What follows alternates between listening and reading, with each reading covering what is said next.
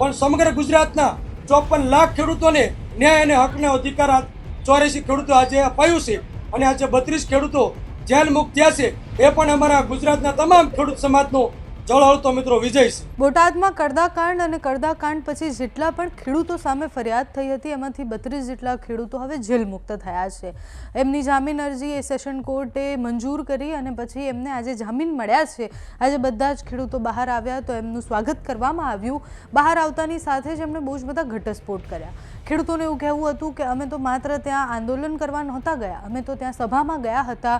કોઈ એક માણસ ઊભો થયો અને પછી પથ્થર માર્યા અને પછી આખી સભા જે છે એ વિખેરાઈ ગઈ અને મામલો આખો ગરમાઈ ગયો. એ ખેડૂતો જ્યારે બહાર નીકળીને આ બધા જ ઘટસ્ફોટ કરી રહ્યા છે ત્યારે પહેલો પ્રશ્ન એ પણ થાય છે કે તો એ પથ્થર મારવાવાળો કોણ હતો?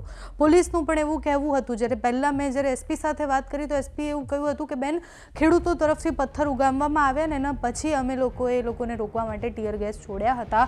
એ મામલો એટલો બધો ગરમાઈ ગયો કે રાજુ કરપડાથી લઈને જેટલા આગેવાન હતા એમની સામે ફરિયાદ થઈ, સાથે જ અનેક ખેડૂતો સામે ફરિયાદ થઈ. ખેડૂતોની દિવાળી ને બધું જ એમાં ગયું અને ખેડૂતો અત્યારે જેલમાં હતા. જેલ મુક્ત આજે થયા છે. જેલ મુક્ત થતાની સાથે જ બોટાદમાં શું થયું હતું, એ સભા દરમિયાન શું થયું હતું અને કોણે પહેલાં પથ્થર ઉગામ્યો એ મોટો પ્રશ્ન છે. કારણ કે જો ખેડૂતે નથી, કારણ કે બહુ જ બધા નેતાઓ એવું કહી રહ્યા છે કે ભારતીય જનતા પાર્ટીના અમુક કાર્યકર્તાઓ આવી ગયા હતા. બહુ બધા લોકો એવું કહી રહ્યા છે કે ત્યાં સ્થાનિક જે ગામના લોકો છે એ લોકો દ્વારા આ કરવામાં આવ્યું છે અને ફસાયા ખેડૂત છે. હવે કોણ સાચું કોણ ખોટું એ ખબર નથી. ખેડૂતો પર 307 પણ લગાવવામાં આવી હતી જેની સામે ખેડૂત અત્યારે વિરોધ કરી રહ્યા છે. જેટલા પણ ખેડૂતો આજે 32 જેટલા ખેડૂતો બહાર આવ્યા છે, બહાર આવતાની સાથે જ એમણે જે ઘટસ્ફોટ કર્યા છે તે સાંભળો. આજે 1.5 મહિનાના સમયગાળો વીતી ગયો ત્યારે અમારા આજે 32 ખેડૂતો જે અડધરની જે કડદાકાંડની ઘટના બની હતી એમાં આજે 32 ખેડૂતો આજે જેલ મુક્ત થયા છે. અમને આપણી ભારતની ન્યાયપાલિકા પર પૂરો ભરોસો હતો કે અમને 100% ન્યાય મળશે. અમે તમામ ખેડૂતો અમારા હક અને ન્યાયના અધિકાર માટે બોટાદના અમારા ખેડૂતનો જે અમારા કપાસમાં કડદો થતો હતો એ કડદાની મિટિંગમાં ગયા હતા. અમે અમારું શાંતિપૂર્વક ગાંધી ચિંધ્યા રાયના આંદોલન પૂર્વક અમારી માંગ અને અધિકાર માટે અમે લડતા હતા. પરંતુ કોઈ કાવતરાનો ભોગ બની અમને તમામ ખેડૂતોને જેલમાં પૂરવામાં આવ્યા હતા.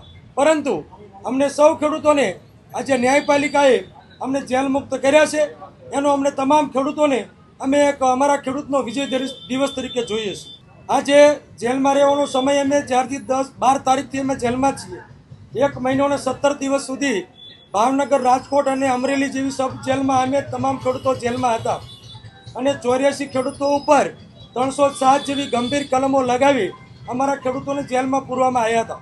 ના પથ્થરમારો કોઈએ નહોતો કર્યો. કોઈ અસામાજિક તત્વોએ મોઢા રૂમાલ બાંધી અને આવી અને અમારું શાંતિપૂર્વક અમારું ટૂંકમાં ગાંધી ચિંધ્યા રાયે અમારું આંદોલન ચાલુ હતું. એ અરસામાં કોઈ અસામાજિક તત્વો મોઢે રૂમાલ બાંધીને આવે છે અને પથ્થરમારો કરે છે. એના કારણે આખી સભા વેરવિખેર થઈ જાય છે. આ 307ની કલમ બિલકુલ ખોટી લગાવવામાં આવી છે. માત્ર ને માત્ર ખેડૂતનો અવાજ આજે ગુજરાત સરકાર દ્વારા દબાવવાનો પ્રયત્ન કર્યો છે. આજે ખેડૂતોને કપાસનો યોગ્ય ભાવ નથી મળતો.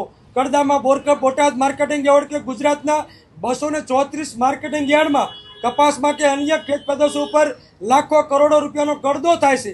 ખેડૂતો પોતાના હૃદયની વાત કરવા માટે બોટાદ માર્કેટિંગ યાર્ડમાં જાય છે, પણ સરકારે ધરાર એનો અવાજ દબાવવાનો પ્રયત્ન કર્યો છે. આ 84 ખેડૂતોને જેલમાં પૂર્યા પછી આ સરકારને એવું લાગ્યું કે આજે સમગ્ર ગુજરાતનો ખેડૂત આજે સરકારના વિરોધમાં રસ્તા પર ઉતર્યો છે અને દરેક જગ્યાએ મહાપંચાયતો થવા માંડી.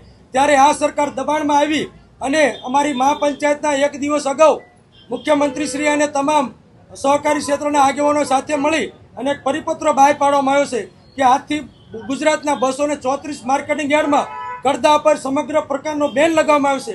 જો કોઈ વેપારી કે કોઈ દલાલો કડદો કરશે તો એની ઉપર કાયદેસરની કાર્યવાહી થશે. એ અમારો ખેડૂતોનો પહેલો વિજય હતો. અને બીજી માંગણી એ હતી કે કોઈ પણ વેપારી કોઈ પણ માર્કેટિંગ યાર્ડમાં એકવાર કપાસની કે કોઈ પણ ખેત પેદાશની ભાવ નક્કી થઈ ગયા પછી માર્કેટિંગ યાર્ડથી કોઈ પણ જીન સુધી, કોઈ પણ વેપારીના જીન સુધી અમારા ખેડૂતનું વાહન લઈ જશે તો 10 કિલોમીટર, 12 કિલોમીટર કે 9 કિલોમીટર હોય તમામ ખેડૂતોને એનો યોગ્ય ભાડું ચૂકવવામાં આવશે.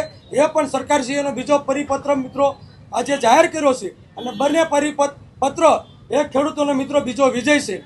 તો તો જે 84 ખેડૂતો અમારા જેલમાં ગયા છે એ 84 ખેડૂતોનું બલિદાન મિત્રો આજે યોગ્ય અને વ્યર્થ નથી ગયું, પણ સમગ્ર ગુજરાતના 54 લાખ ખેડૂતોને ન્યાય અને હકનો અધિકાર 84 ખેડૂતો આજે અપાયું છે.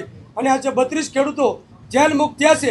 એ પણ અમારા ગુજરાતના તમામ ખેડૂત સમાજનો જળહળતો મિત્રો વિજય છે.